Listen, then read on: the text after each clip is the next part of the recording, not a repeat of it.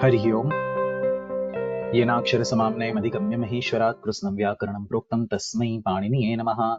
वाक्यकारं वररुचिं भाष्यकारं पतञ्जलिं पाणिनिं सूत्रकारं च प्रणतोऽस्मि मुनित्रयं नमस्कृत्य तदुक्तिः परिभाव्य च वैयाकरणसिद्धान्तकौमुदीयं विरच्यते। कारक प्रकरण का आज 28वां पाठ है। कारकाधिकार में संप्रदान, अपादान, करण और अधिकरण कारकों का अध्ययन हम कर चुके हैं और आज से हम कर्म कारक के अध्ययन की शुरुआत करेंगे। सूत्र पाठ में कर्म कारक का विधान करने वाले कुल मिलाकर 10 सूत्र हैं। क्रुधद्रुहोरुपसृष्टयोः कर्म, दिवः कर्म च, अधिशींस्थासां कर्म, अभिनिविशश्च, उपान्वद्ध्याङ्वसः, कर्तुरीप्सिततमं कर्म, तथा युक्तं चानीप्सितम्, अकथितं च, गतिबुद्धि प्रत्यवसानार्थ शब्द कर्मा कर्मकाणामणिकर्ता सणो और हृक्रोरन्यतरस्याम।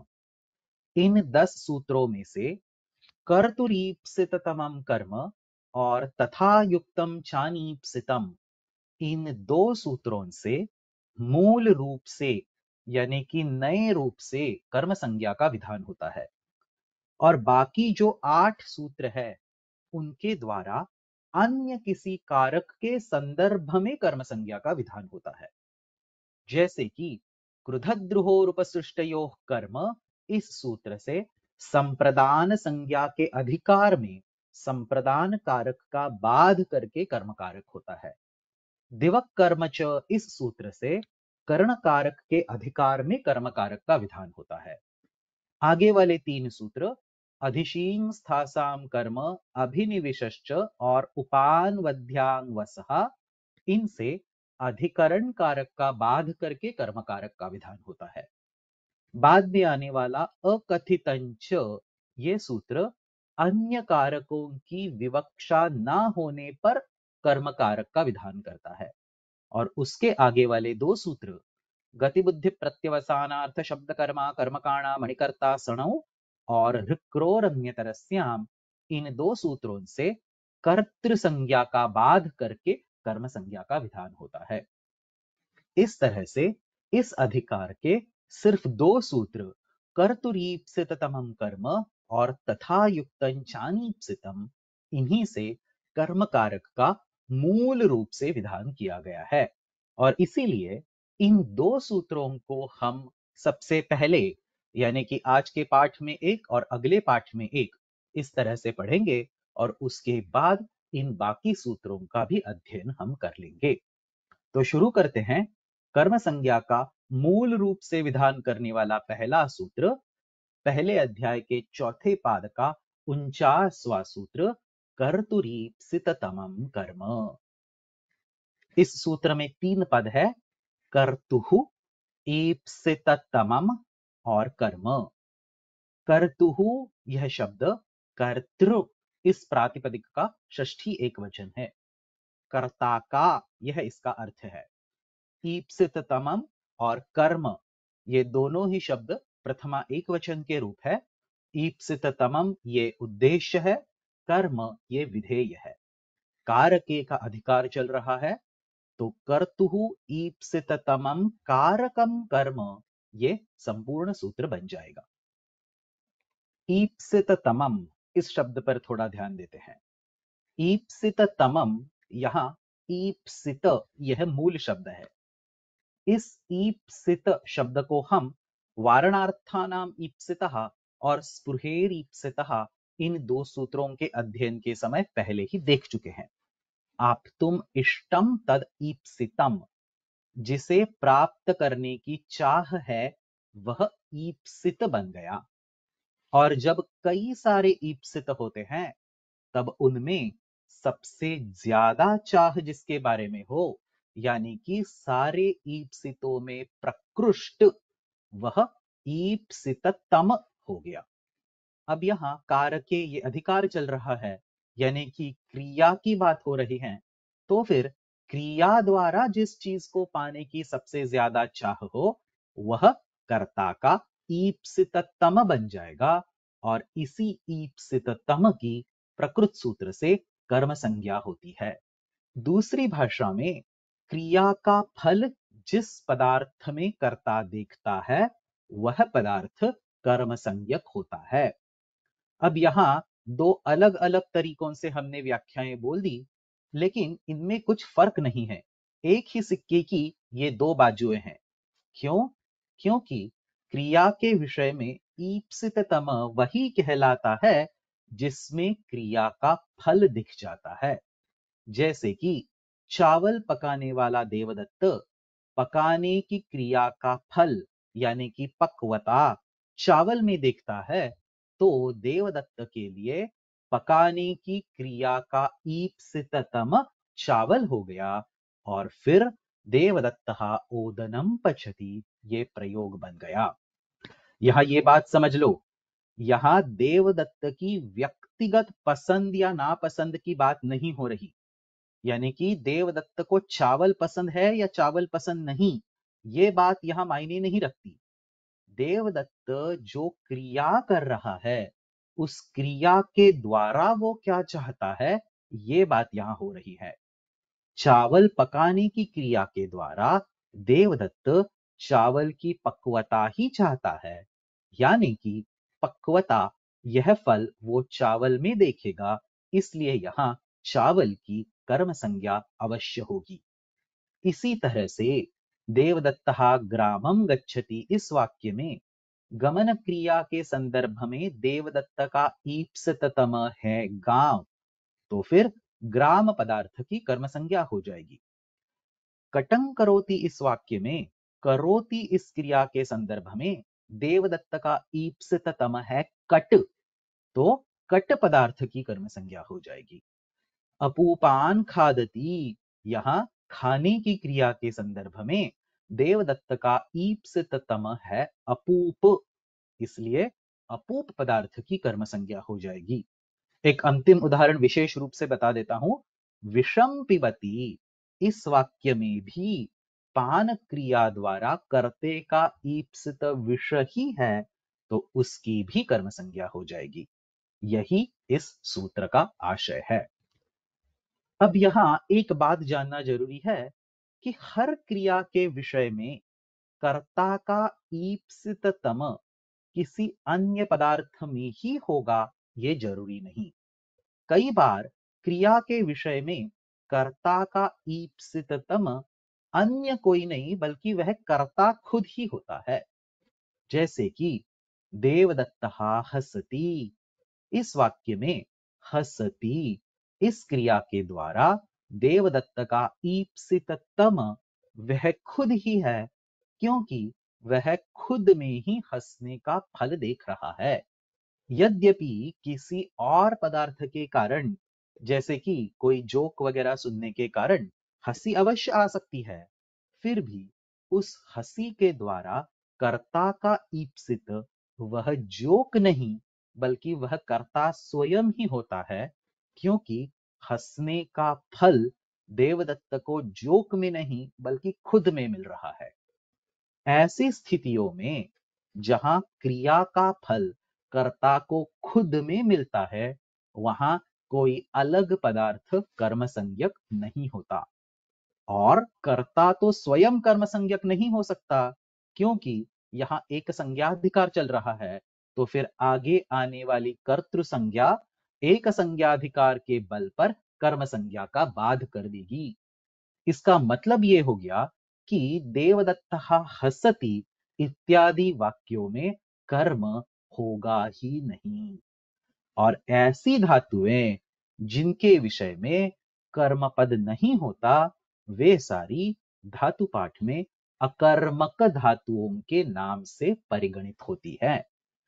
पूरे धातु पाठ में होने वाले 2000 धातुओं में से लगभग 650 धातुएं इस तरह से अकर्मक होती है, क्योंकि इन धातुओं से निर्दिष्ट क्रिया का फल अन्य पदार्थ में नहीं बल्कि कर्ता में खुद में होता है।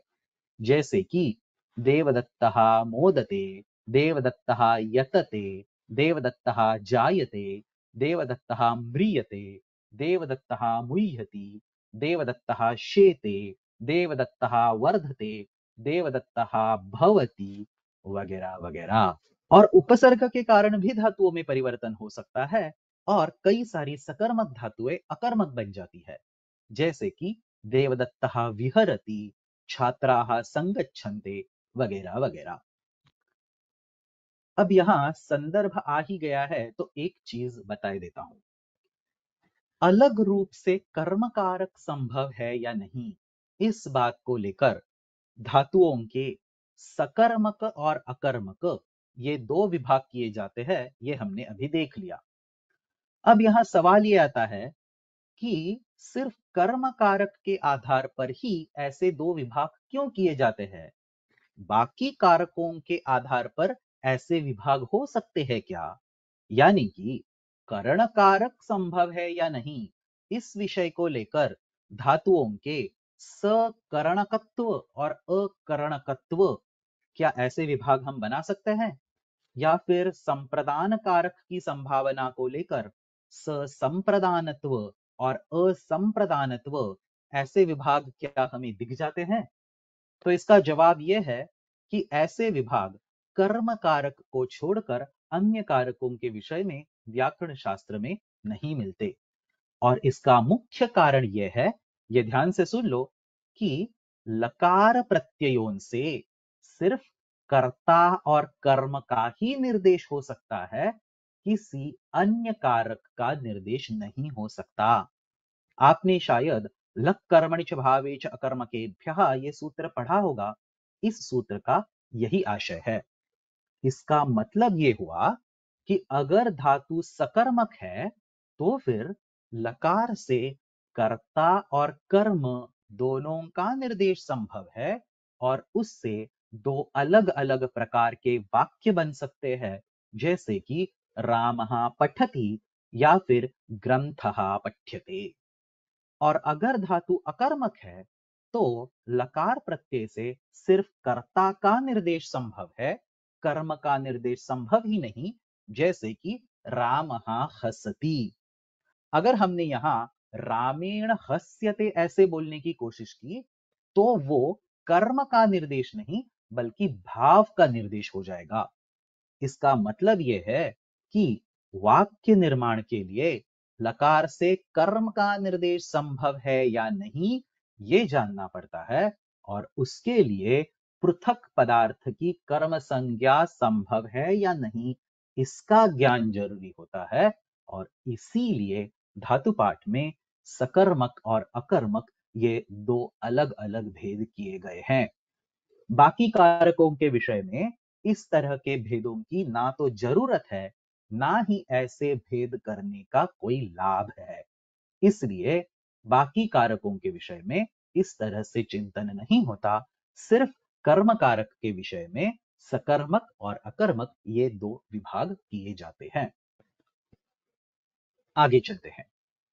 अब कर्तुरीप्सिततमं कर्म, इस सूत्र से जो कर्म कारक बताया है उसके तीन मुख्य भेद हैं। वैसे तो कई लोग इसके 7 अलग अलग भेद करते हैं, लेकिन मुख्य रूप से इनके तीन भेद बताए गए हैं, तो इन्हीं को हम अभी देखेंगे। वाक्यपदीयम में भर्तृहरि इस विषय में बोलते हैं, निर्वर्त्यंच विकार्यंच प्राप्यं चेति त्रिधामतम तत्रेप्सिततमं कर्म चतुर्धाम्यत्तु कल्पितम। इस कारिका का जो अंतिम पाद है, चतुर्धान्यत्तु कल्पितम, यह अन्य सूत्रों का, जैसे कि तथा युक्तम चानीप्सितम या फिर अकथितंच, इनका विषय है, तो उसको हम अभी बाजू में रख देंगे। लेकिन बाकी तीन पादों का अभी यहां हम थोड़ा सा अध्ययन कर लेंगे। तो यहाँ पहली पंक्ति में भर्तृहरि ने कर्म कारक के तीन भेद हमें बताए हैं। निर्वर्त्यं च विकार्यं च प्राप्यं चेति त्रिधामतम। कर्तुरीप्सिततमं कर्म, इस सूत्र से बताया हुआ कर्म पद तीन प्रकार का होता है। निर्वर्त्यं कर्म, विकार्यं कर्म और प्राप्यं कर्म। यहां ये समझ लो, निर्वर्त्यम, विकार्यम और प्राप्यम, ये ल्यप प्रत्ययंत शब्द नहीं है, ये कृत सम्यक य प्रत्ययंत शब्द है। इनका कर्म इस शब्द के विशेषण के रूप में नपुंसकलिंग में प्रयोग किया गया है। इनके विषय में आगे वाक्यपदीय में बाकी कारिकाओं में विस्तार से विवेचन किया है, लेकिन हम उनको अभी नहीं देखेंगे। बस संक्षेप में इन 3 प्रकारों का अर्थ और उदाहरण बता देता हूं। तो इनमें से पहला प्रकार है निर्वर्त्यम कर्म। जब भी किसी क्रिया के द्वारा कर्म संज्ञक पदार्थ का निर्माण हो जाता है, यानी कि उस क्रिया के पहले वह पदार्थ नहीं होता और क्रिया के बाद में उसका निर्माण हो जाता है, तब उस प्रकार के कर्म को निर्वर्त्यम कर्म बोलते हैं। जैसे कि देवदत्तः घटम करोति। यहां देवदत्त द्वारा घट का निर्माण किया गया, यानी कि क्रिया द्वारा घट का जन्म हो गया, इसलिए यहां घट की निर्वर्त्य कर्म यह संज्ञा हो गई। उसी तरह से देवदत्तः शब्दम वदति, वाक्यम लिखति, चित्रम चित्रयति, ये सारे उदाहरण भी यहां हम दे सकते हैं। दूसरे प्रकार का कर्म विकार्यं कर्म। ये वो कर्म है जहां कर्म संज्ञक पदार्थ पहले से उपस्थित होता है, यानी कि उसका नए रूप से निर्माण नहीं होता, लेकिन क्रिया के द्वारा उस पदार्थ में कुछ ना कुछ परिवर्तन आ जाता है। जैसे कि देवदत्तः ओदनम खादति। ओदन पहले से ही थाली में था और खादन क्रिया के कारण उसमें परिवर्तन हो गया, जैसे कि उसके टुकड़े टुकड़े हो गए, वो पेट में पहुंच गया, वगैरह वगैरह। इसी तरह से देवदत्तः वृक्षम छिनत्ति, काष्ठम ज्वलयति, शत्रून हन्ति, ये सारे उदाहरण विकार्यं कर्म के उदाहरण है।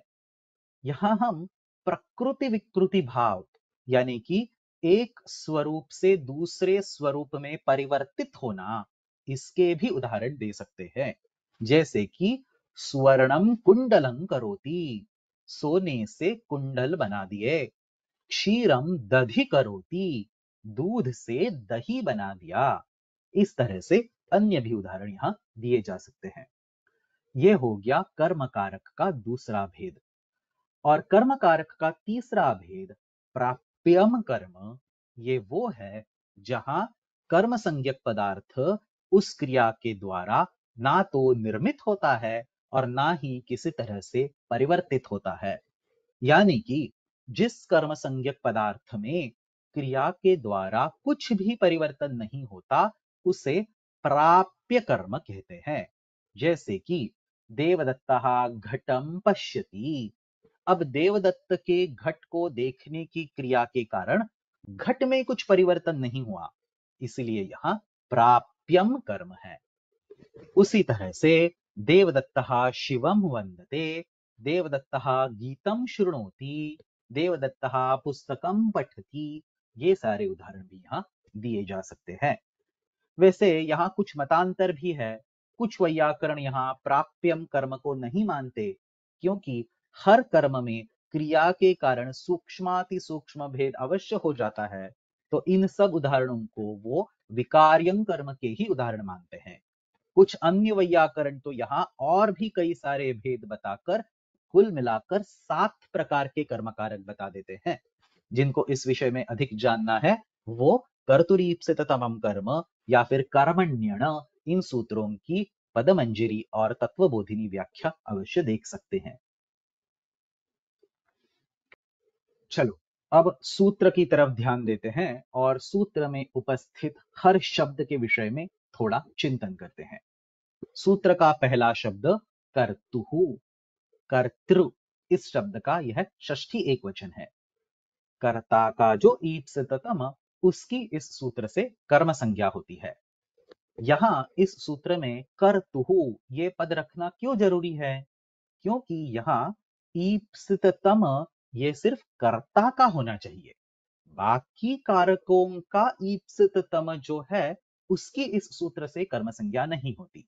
जैसे कि कर्म का जो ईप्सिततम, उसकी यहाँ कर्म संज्ञा नहीं होती। इसी का उदाहरण देते हुए काशिकाकार बोलते हैं, कर्तुः इति किम माशेषु अश्वं बध्नाति कर्मणः ईप्सिताः माशाः न कर्तुः। उड़द के पास घोड़े को बांधता है। अब जब कोई देवदत्त उड़द के पास घोड़े को बांध देता है तो देवदत्त का उद्देश्य यह है कि घोड़ा वहीं बना रहे, कहीं और वहां से घूमने ना चला जाए। यानी कि देवदत्त का बांधने की क्रिया में ईप्सित घोड़ा है, तो घोड़े की यहां कर्म संज्ञा हो गई। लेकिन घोड़े की दृष्टि से अगर देखा जाए तो बांधने की क्रिया का घोड़े के लिए ईप्सित यह है कि वो वहां जाकर आसानी से उड़द को खा सके। तो घोड़े की दृष्टि से बांधने की क्रिया का ईप्सित हो गया उड़द। लेकिन घोड़ा यह स्वयं करता नहीं है, इसलिए उसके ईप्सित के विषय में यहां चिंतन नहीं किया जाएगा। और इसीलिए माशेषु अश्वम बध्नाति, यहां माश इस पदार्थ की कर्म संज्ञा नहीं हुई। यही बात काशिकाकार बोल रहे हैं, कर्मणः ईप्सिताः माशाः। उड़द ये कर्म संज्ञक पदार्थ के ईप्सित है, कर्तृ संज्ञक पदार्थ के नहीं। इसलिए यहां कर्तुरीप्सिततमम कर्म इस सूत्र का प्रयोग नहीं हुआ। तो फिर यहाँ माशेषु, यहाँ सप्तमी विभक्ति का प्रयोग क्यों हुआ? तो पिछले ही पाठ में हम देख चुके हैं, अधिकरण 3 प्रकार का होता है। उनमें से सामीप्य के आधार पर जो अधिकरण है उसी को औपश्लेषिक अधिकरण बोलते हैं, और यहाँ उसी अधिकरण के बल पर सप्तमी का विधान किया गया है। आगे चलते हैं।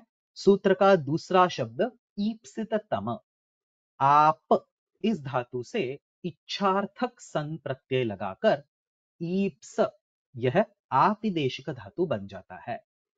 इस ईप्स धातु से मतिबुद्धि पूजार्थेभ्यश्च इस सूत्र से वर्तमान अर्थ में त प्रत्यय लगाकर ईप्सित यह शब्द बन जाता है।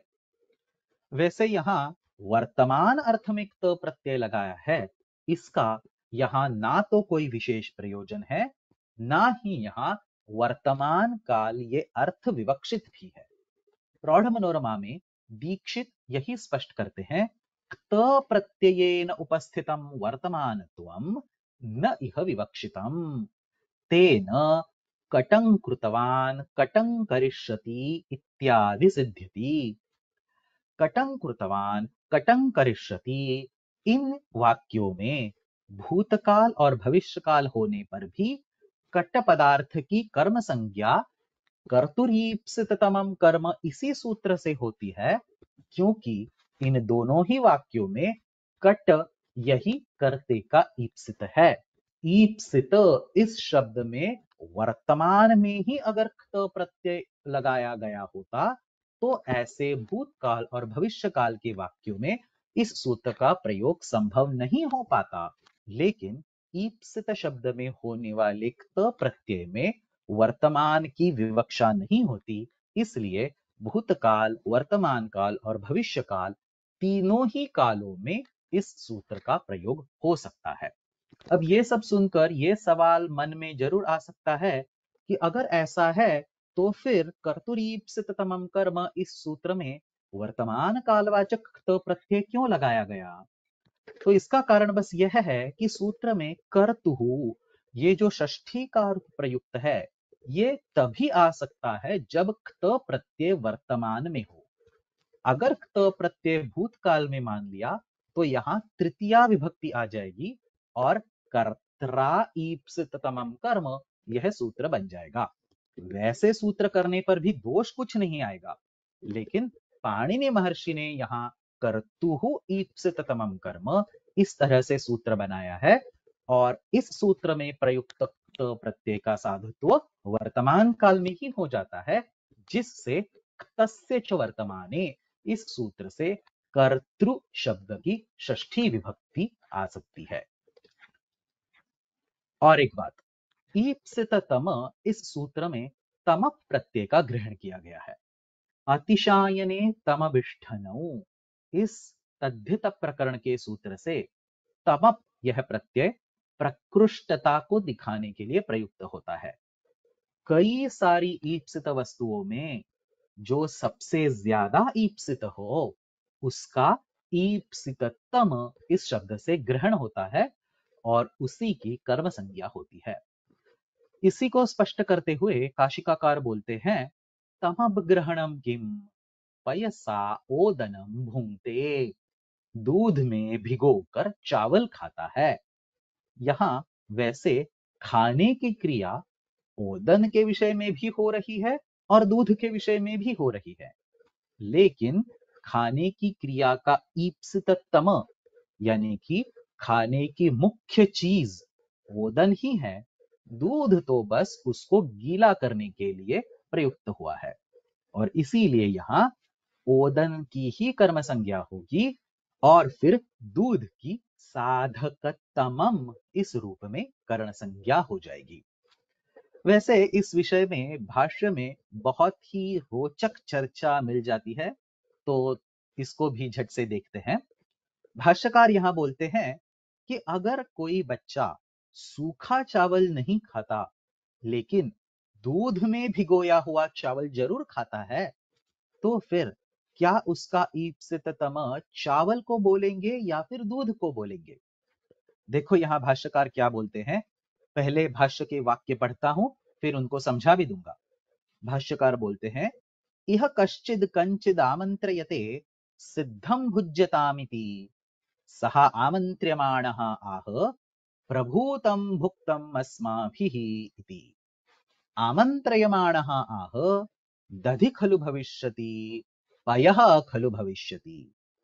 आमन्त्र्यमाणः आह दध्ना खलु भुञ्जीय पयसा खलु भुञ्जीय इति।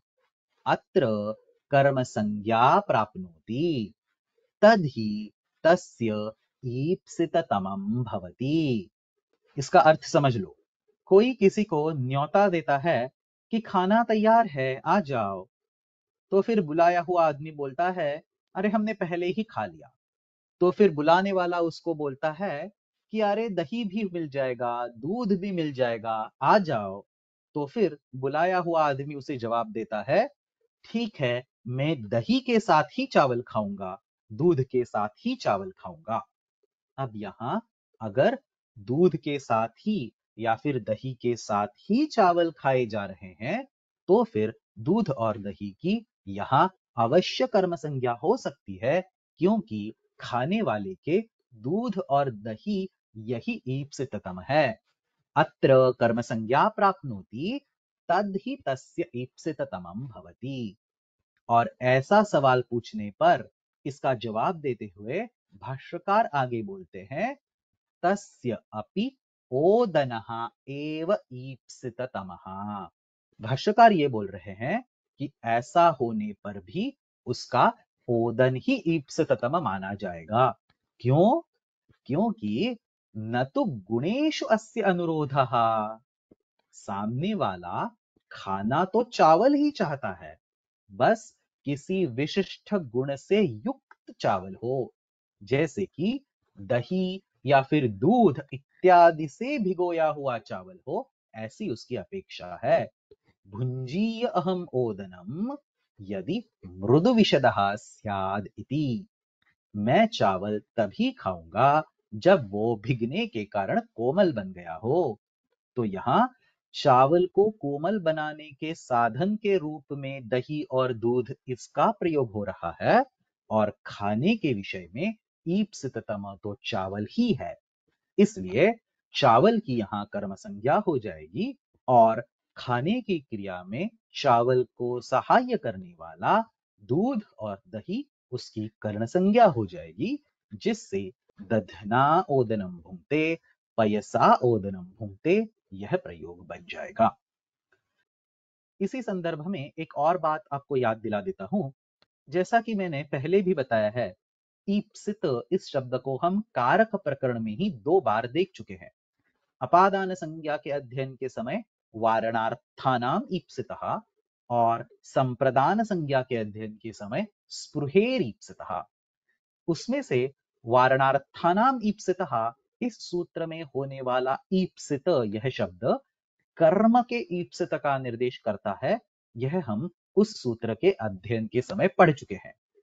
स्पृहेरीप्सितः, इस सूत्र में होने वाला ईप्सित शब्द तो कर्ता के ईप्सित का ही निर्देश करता है, लेकिन वहां ईप्सिततम यह शब्द नहीं है, बल्कि ईप्सित यह शब्द है।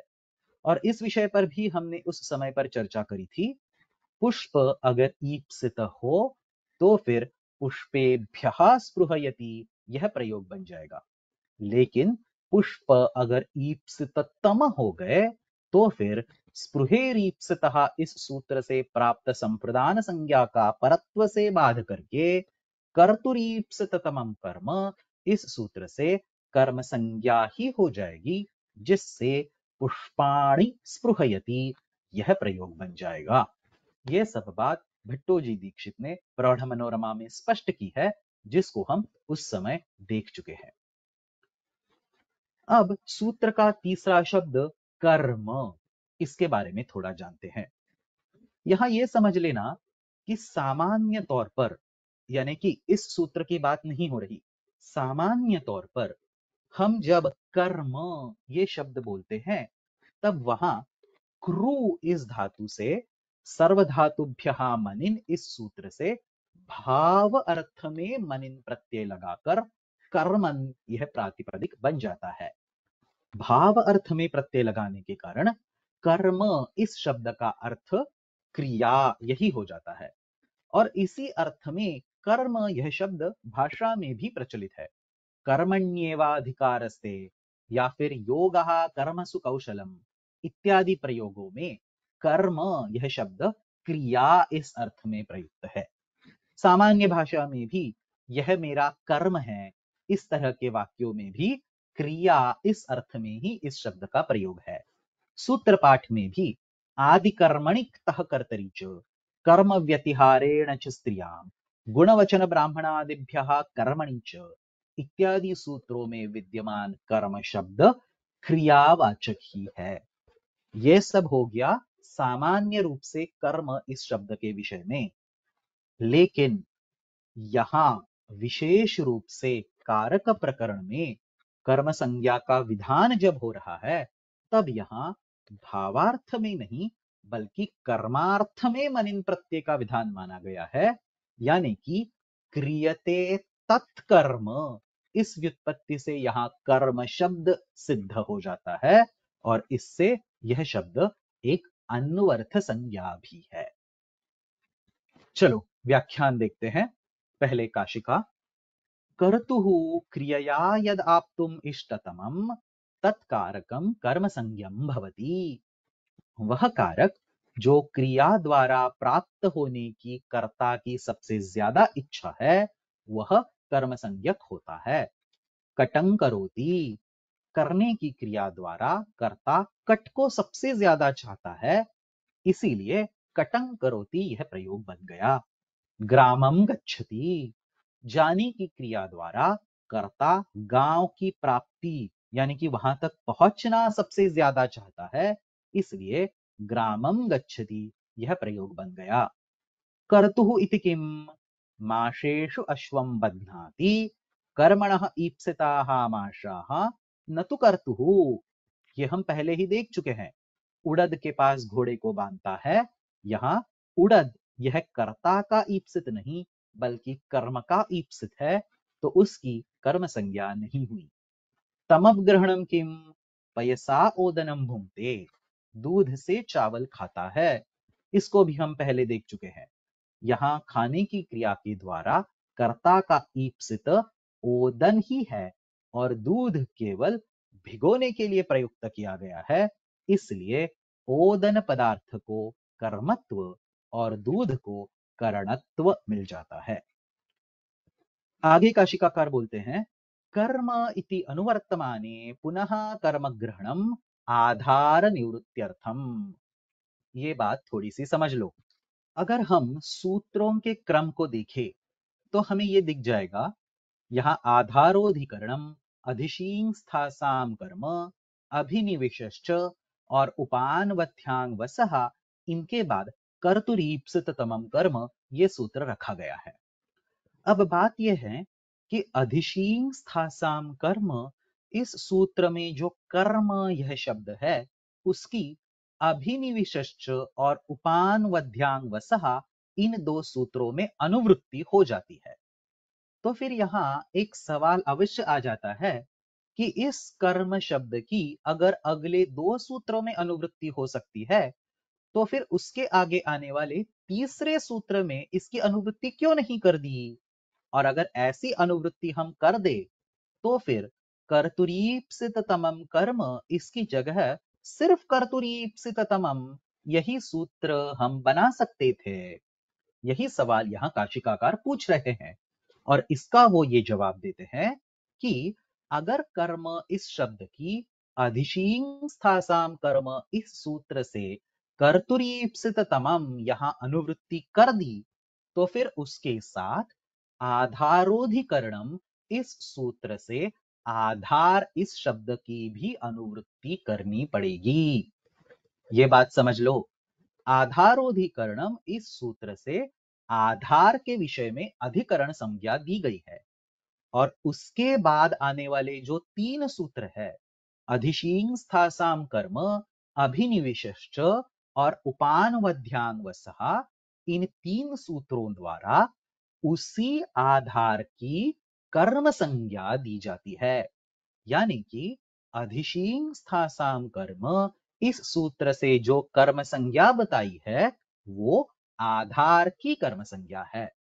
इसीलिए अगर अधिशीं स्थासाम कर्म इस सूत्र से कर्म, यह शब्द कर्तुरीप्सिततमम कर्म इस सूत्र में लाया गया, तो फिर कर्तुरीप्सिततमम कर्म इस सूत्र द्वारा भी सिर्फ आधार की ही कर्म संज्ञा होगी। लेकिन यहां हम सामान्य तौर पर कर्म संज्ञा चाहते हैं, आधार की भी अवश्य चाहते हैं। जैसे कि गृहम प्रविशति, इस वाक्य में प्रवेश क्रिया का जो आधार गृह, उसकी अवश्य ही कर्म संज्ञा हो रही है, लेकिन उसके साथ आधार का संदर्भ जहां नहीं है, वैसे उदाहरणों में भी जैसे कि ओदनम पचती, कटं करोति, सक्तून पिबती, ऐसे उदाहरणों में भी हमें कर्म संज्ञा चाहिए। और अगर कर्म इस शब्द की हम अनुवृत्ति कर ले तो इन जगहों में कर्म संज्ञा नहीं हो सकती। यही बात काशिकाकार स्पष्ट कर रहे हैं। कर्म इति अनुवर्तमाने पुनः कर्म ग्रहणम आधार निवृत्त्यर्थम इतरथा, यानी कि अन्यथा आधारस्य एव ही कर्म संज्ञा स्यात्। जैसे कि गेहम प्रविशति इति, ओदनम पचति, सक्तून पिबति इत्यादिषु न स्यात्, पुनः कर्म ग्रहणात् सर्वत्र सिद्धम भवति। कर्तुरीप्सिततमम कर्म इस सूत्र में फिर से कर्म इस संज्ञा का प्रयोग करने के कारण आधार के बिना भी अन्य जगहों पर भी कर्म संज्ञा अवश्य हो सकती है। यही इस सारे कथन का आशय है। आगे काशिकाकार कर्म संज्ञा का प्रयोग कहाँ होता है ये उदाहरण रूप में दे देते हैं। कर्म प्रदेशाः कर्मणि द्वितीया इत्येवम् आदयः, कर्मणि द्वितीया इत्यादि सूत्रों में कर्म संज्ञा का प्रयोग किया गया है। अब जैसा कि हम पहले देख चुके हैं, कर्म इस शब्द का बहुत सारे सूत्रों में क्रिया इस अर्थ में भी प्रयोग किया हुआ दिखाई देता है। इसलिए जहां जहां सूत्रों में कर्म शब्द दिखेगा वहां वहां कर्म कारक यही अर्थ होगा ये जरूरी नहीं है। व्याख्यान को देखकर और सूत्र के संदर्भ को देखकर ही यहां निर्णय करना पड़ता है। चलो सिद्धांत कौमुदी देखते हैं। वैसे तो काशिका में जो कुछ कहा है वही सब कौमुदी में भी कहा गया है। कर्तुः क्रियया आप्तुम इष्टतमं कारकं कर्म संज्ञं स्यात्, कर्तुः किं माशेषु अश्वं बध्नाति, कर्मणः ईप्सिताः माशाः न तु कर्तुः, तमग्रहणं किं पयसा ओदनं भुङ्क्ते, कर्म इति अनुवृत्तौ पुनः कर्मग्रहणम् आधारनिवृत्त्यर्थम्, अन्यथा गेहं प्रविशति इत्यत्र एव स्यात्। ये सब हम पहले ही देख चुके हैं। अब अंत में कर्म संज्ञा के विभक्ति के विषय में बोल देता हूं। कर्म कारक ये एक ऐसा कारक है जिसका निर्देश भिन्न भिन्न संदर्भों में भिन्न भिन्न विभक्तियों से हो सकता है। जैसे कि ओदनः पच्यते, यहां कर्म संज्ञक ओदन अभिहित होने के कारण प्रथमा से निर्दिष्ट हो गया। ओदनम पचति, यहां कर्मणि द्वितीया, इस सूत्र से कर्म कारक की द्वितीया विभक्ति हो गई। पित्रा संजानीते, पिता को अच्छी तरह से जानता है, यहां पितृ इस पदार्थ का कर्मत्व है, लेकिन उसकी संज्ञोन्यतरस्याम कर्मणि इस सूत्र से तृतीया विभक्ति हो गई।